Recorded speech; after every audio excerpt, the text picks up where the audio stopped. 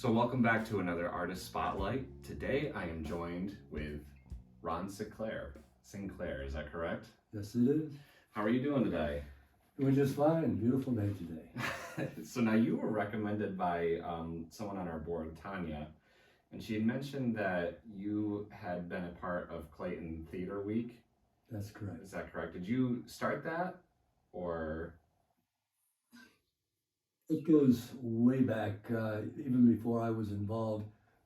But over 20 years ago, Betty Giles, who was the original founder, decided that she wanted to expand what she was doing. She had one lady that did a play with kids from the community, and she decided she wanted to expand that to include more people from the area and to make it a little bit broader in terms of its scope.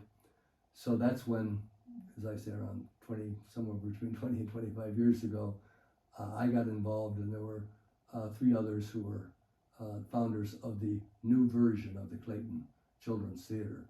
And so I've been involved ever since then. I'm the last of the original group. Gotcha. And how many did you say that was again, that was in the original?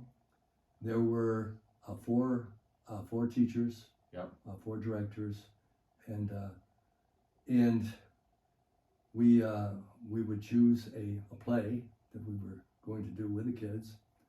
And originally, Betty wanted to sort of form this after an organization known as Missoula, which took a number of professionals that would go into a community, and they would gather up the children, and the professionals would play the parts of the lead roles in the play, and then the children from the community would play the minor roles.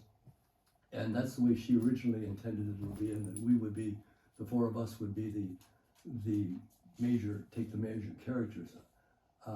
After we got into it, however, we said, if this is going to be about children, why don't we just, make sure that it's all about the children and not about us? Yeah. So we changed it to just being the directors, and there was a musical director, and then there were 3 other section directors that directed individual kids. And what we did was we separated the kids into groups, so that each one of us would have a group, and each one of us would do 1/3 of the total play. So it was rather unusual in that respect. But we were a little bit concerned as how it would work out, but it worked out beautifully. We've had over all of these years, usually in anywhere from 80 to 100. This last year, there were 146 kids, but it has expanded in terms of what it's tried to do and who it's involved in, and is tremendously successful. Yeah, no, it's amazing, and I mean, I've heard of it, and I know that there's also others that have been done, such as in Lyme and things like that. But I've recommended students to the program, especially in the summertime. Now, you say that is that still the way it is? So that are you saying each group learns 1/3 of the play musical? That's the way it was originally. Okay. And it was from 5 years old to 18 Yep. years old. But we found that once they got past a certain point, the older kids started dropping away. Yeah. So I suggested, why don't we have an additional group that would do not just 1/3, but would do the whole play, and it would involve kids from 13 to 18. So we stuck with the 3 individual groups that we had originally for the 5 to 12, Mm-hmm. and then we had the 4th group, which was the 13 through 18, and they would do the whole play. Gotcha. And one of the last innovations that I tried to implement, and that was implemented, was that we would add to that another group who would be primarily involved in the technical aspects. They would learn about the sound, they would learn about the sets, and they would build the sets and do things like that. So those two sections were the last things that I had hoped that we would be able to implement, and we have been able to do that. That's great. Can I go back a little bit? Kind of, can you talk about like where you grew up, went to school, and those kind of things? I grew up in the Teresa Antwerp area. Went to school in the elementary school as at the what then was a K through 12 school until I was a junior. The junior was my last year there because that's when they built and opened the Indian River Central School. Gotcha. So one of my few claims to fame is that I was in the first graduating class from the Indian River Central School. So we moved, and that involved the Teresa Elementary, the Teresa School, Philadelphia, Evans Mills, and Antwerp. And we combined to make the Indian River Central. And so I was in that class, graduated in 1959, and actually was a member of the first, actually was actually the captain of the first football team that they had. Which Really? they started the year before they actually opened the school, and we all had to bus in from our individual schools to practice. And it was rather interesting that all of these different schools came together to be on the football team and to be one team. But then in the next season, when it was time for basketball season that year, we were all once again still competing against each other. Yep. Until the following year when we all went into the high school, and then we were all on the same team. Gotcha. So it was rather fascinating. I was, as I say, the president of the first senior class. Oh, wow. And captain of the first wrestling team. Oh, wrestling team too. And Wow. captain of the first football team as well. So I had a lot of great experiences and a lot of great memories. Yeah. Even in the short time that I was able to attend the actual school with all of the other kids that from the other schools that were involved. Yeah.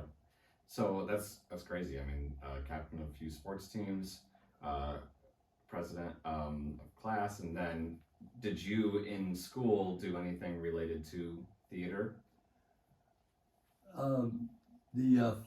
When I was in my junior year, the senior class decided to have a play, and the classes were very small in those individual schools at that particular time, B15 and a senior class, so they didn't have enough people in their class to fill all the spots. So they asked me if I would, who was a junior, if I would help them out and play one of the parts, and I did that. Had a wonderful time doing it, and convinced later the junior class, why don't we have one too?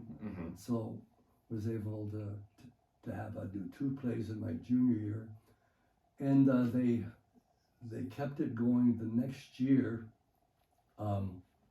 when we got into the high school. But the problem was that the practices for the play were immediately after school, which was the same time as football practice. So I was not able to participate in my senior year, and really didn't do much in the theater until a number of years later. I became a teacher, taught for 30 years at Alexandria Central, and we got this great music teacher, vocal music teacher, came in and decided that we should do musicals.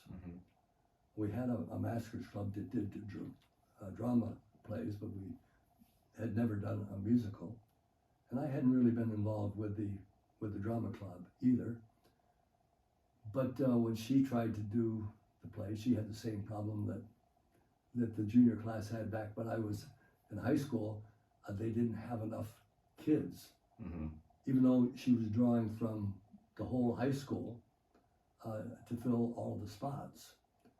And for some reason, one or another, she asked me, could I, the play was not The Sound of Music, we did that the next year,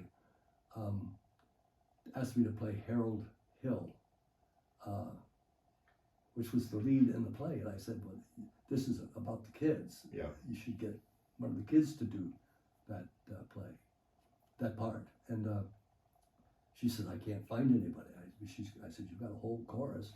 And so I would talk to my classes, and I said, let me just think about this. So I would talk to my classes as they came out. I was teaching biology and science as well, other science classes. And I say, anybody in here can sing? And anybody, I said, well, let me hear you sing.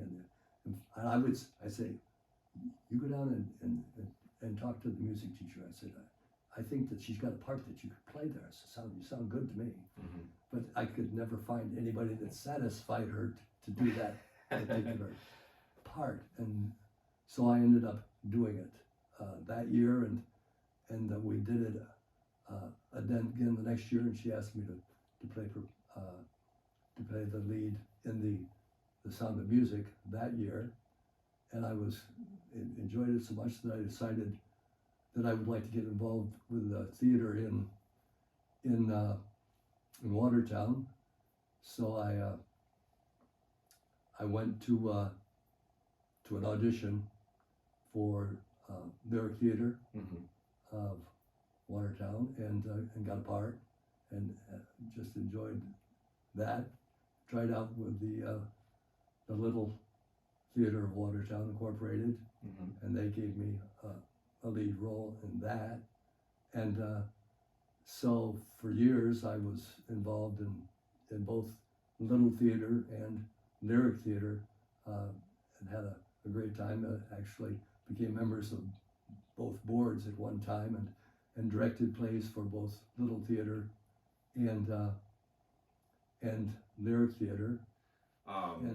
But going back to, I mean, your start in theater is very interesting because I've interviewed some theater people, and obviously some of them, they start just like really young, and that's what they're doing. But really, I mean, you did some in your junior year, and then stopped for a bit, and then you got coerced into kind of doing it. Yeah, I was in my mid-30s before I did that.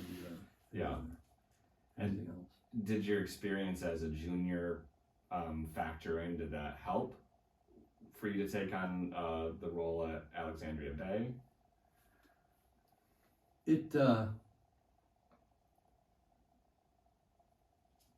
helped in terms of knowing that I really enjoyed it, and I'm trying to remember why it was that she asked me. I think we may have put on some faculty talent shows, yeah, for the community, and I sang some songs in that faculty variety show, and that must be where she found out that I could sing. Yeah. And therefore, I guess she just figured that being who I was, that I could also act. She didn't ever see me act, but she knew that I had a voice that was apparently passable enough that she could accept it. I would have said that she had very high standards because she wasn't letting people that she knew and that she taught play the part. Yeah. But then when she chose me, I thought, well, maybe her standards aren't as high as I thought they were. Second guessed it. Yeah. What was her name? No, you had.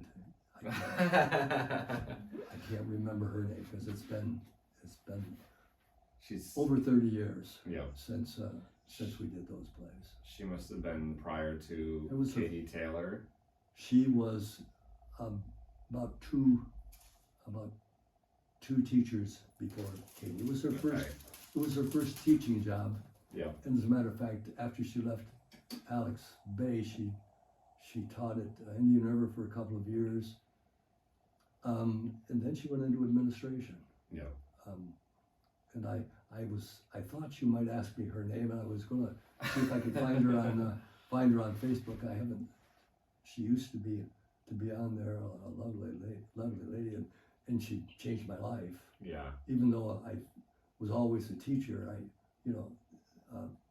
acting and plays, whether they be straight plays or musicals, or and later on in church, has become a very important part of my life. As a matter of fact, at one point, and I can't remember whatever possessed me to do that. I guess I had seen some Elvis impersonators, and so I decided I'd like to try that, because he was a big star when I was a teenager in high school, and everybody wanted to be Elvis. And so I learned all of his songs when I was a kid, and so I decided, I was in my 50s, that I was going to try being an Elvis impersonator. I bought the outfit and the wig and the sideburns and the white shoes and all of that, and put together about a half an hour, and did that show in a number of places around Jefferson County, and as entertainment for various class reunions and things like that. Even my own class reunion, which was my 55th class reunion, graduation from Indian River. Yeah. I was the entertainment. I did that Elvis impersonation. Still got the outfit. Haven't done it in a few years. Could you still do it today? Sure. Yeah. Put on those dark glasses and cover up my white hair. I just have to be sure to tuck that white hair back in. But I could still do it today. That's great. When was it that you were doing it originally? How old were you? I would say that I was somewhere in my 50s the first time I tried to do it, closing it on 60. Yeah. And whatever motivated me to do it, I'm not exactly sure. I just maybe I was on Sirius Radio or something like that, and they had a whole Elvis channel on there, and played nothing but Elvis music. And maybe I got to, when I had that on my car radio for a while, maybe I think I started listening to that, and sort of inspired me to try. Yeah. We went to his home in Graceland a number of years ago, and of course it was long after he passed away. One of my saddest decisions of many was I was getting my specialist degree, which is a degree beyond the master's degree, in Ruston, Louisiana, at Louisiana Tech, and we were near to a city called Monroe, and they would bring in all kinds of wonderful entertainers that were currently very popular, and that we had gone to a couple of them, and the prices were just ridiculous. I think we paid $3 to see Loretta Lynn when she was first starting out, and then $5 to see another country star, and then they said that Elvis was coming, but it was going to cost $10.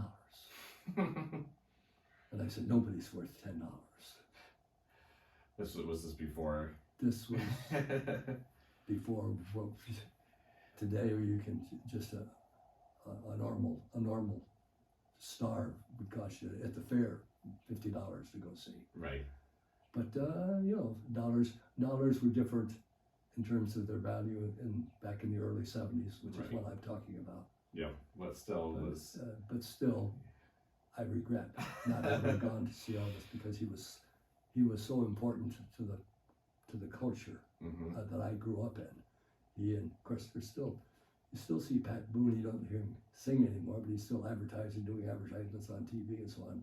They were the big competitors between each other, Elvis and Pat never really quite came to the level of Elvis. Yeah, I was going to say, Elvis really had he was special, and yeah. he was sort of eclipsed by what was the group that came in? The Beatles. The Beatles. He was Yeah. kind of eclipsed by them. Yeah. But he was still bringing in the crowds, and unfortunately passed away of an overdose of legal drugs Mm-hmm. that were overprescribed by a doctor that was not as ethical as he should have been. Yeah. Still happens today. Everybody always thinks that probably that he was into illegal drugs, and that because he was such a wild guy. That wasn't him at all. He didn't do illegal drugs. As a matter of fact, the only two awards that he ever got for best song or best album were faith-based songs and albums. Mm-hmm.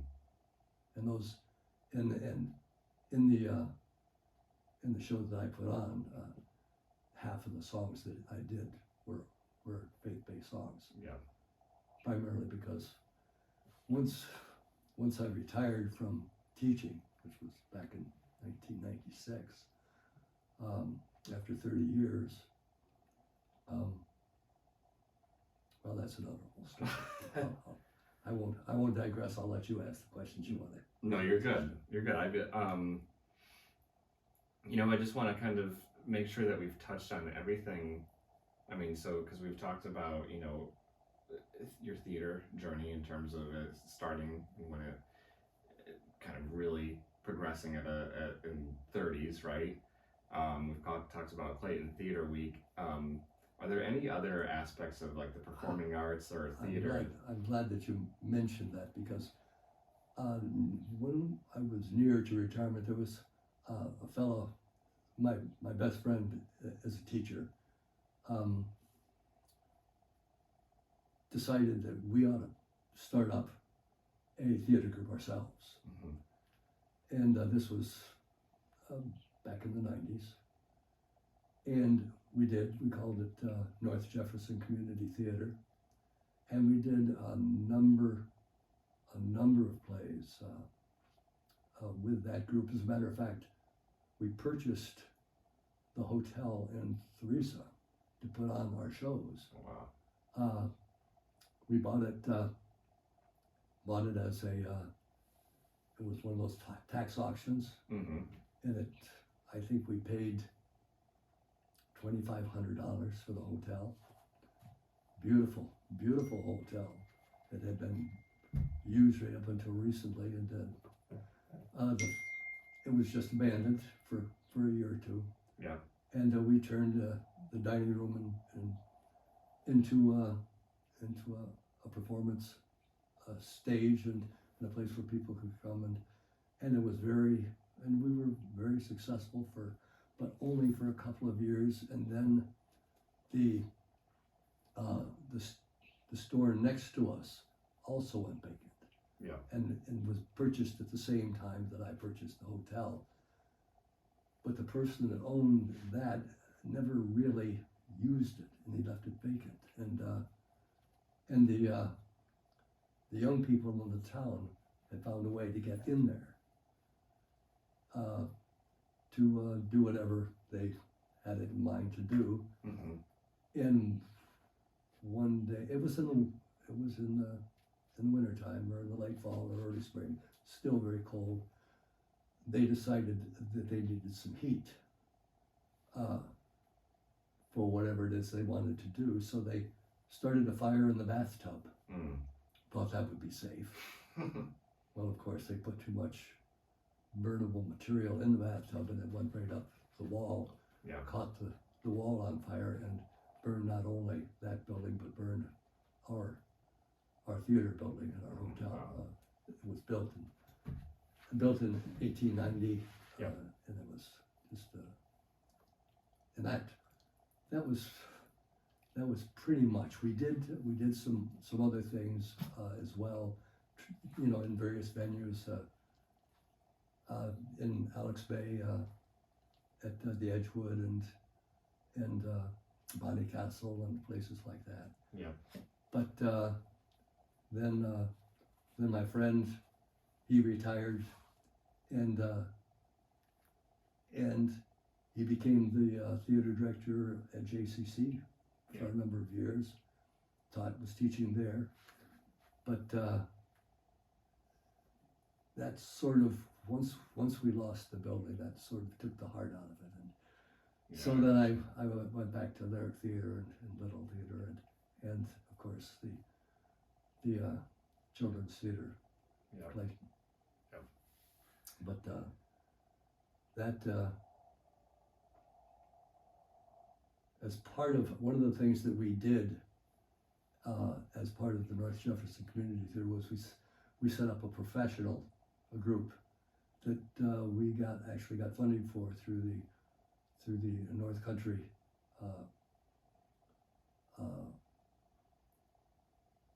Community Foundation. Community Yeah. Foundation, yeah.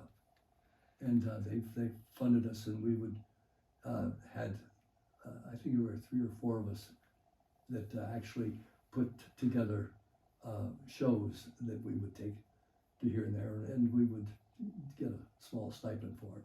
All the other things that I've described. I shouldn't say all the. I was well compensated when I worked for the Community Children's Theater. Yeah. That was part of the original deal, but we just sort of like the idea of being called professionals, and I put together a one person play at what it was a full length play, and did it for a number of years around various. But that was another aspect of it that was just really neat. So of all these, these plays, musicals that you've been a part of, is there one that always, maybe outside of the one that we talked about quite a bit near the beginning, but is there another one that sticks out in your head quite a bit, or one where you felt like you really enjoyed your role or directing it? Well, I think the one that does stick out as being, a high and well above the others was the Driving Miss Daisy and the experiences that I had in there. Every one was a special experience, and every one is such an important part of my memories and making me who I am, what I am today. I just I wouldn't trade any of it. I was kind of considered to be kind of a hard-nosed teacher at the Bay, and taught Regents biology and chemistry and so on, Mm-hmm. and was hard on my students. But it wasn't until I got involved with those plays, with them as being part of what they were doing, that they got a different picture of who I was, and it made a huge difference in my teaching and my relationship with the students. One play would be the Driving Miss Daisy, but the experience of having gotten together in plays with my students probably motivated me more than anything else to continue and expand my experiences in theater. Yeah, that's great. Is there anything that you would kind of pass along to somebody who's, maybe somebody's in your position where they're being asked, because, when you were asked to be in the Alex Bay musical, you were very much, find a student to do it. I know it's a weird question, but it's like, would that made a big difference for you, to actually be a part of that. My life. Yeah. And so, like, if somebody's asked, even if they feel like they're out of place to be in it, do you feel like they should still take that, or they should leave it to, if it's a kid's thing, they should leave it to the kids, or just take it and do your best with it? If you have a hesitation and you don't feel comfortable doing it, then don't feel badly if you have to say no. Mm-hmm. if someone is insistent and convinces you that this is something that you not only can do, but you should do, don't feel badly about changing your mind and going ahead and doing it. Yeah. Because it can be, hopefully and would be, an important part of your life that would be with you forever, as it has been for me. Yeah, I mean, as you said, I mean, well, you said that maybe they didn't know what they were doing because they picked you, but at the same time, they must have known what they were doing when they picked you. So if they ask you multiple times to do something, they must see something. At least good directors must, see something in you that can do it. I'm glad you put it that way, because I've thought often before how much I owe to that lady, because she did see something that I didn't see in myself. Yeah. And it changed my life. Yeah. Well, great. I think if you're good with that, unless you had anything else you wanted to add.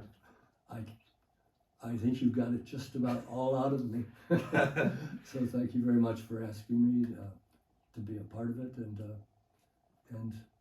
good luck with this project and this thing that you're doing. I think it's important to do, for all of us, to do whatever we can to let people know how important these kinds of activities can be in the lives of not only the people that are in the play, but the people who are supporting it. Parents, when I look at the parents, especially in the Clayton Children's Theater,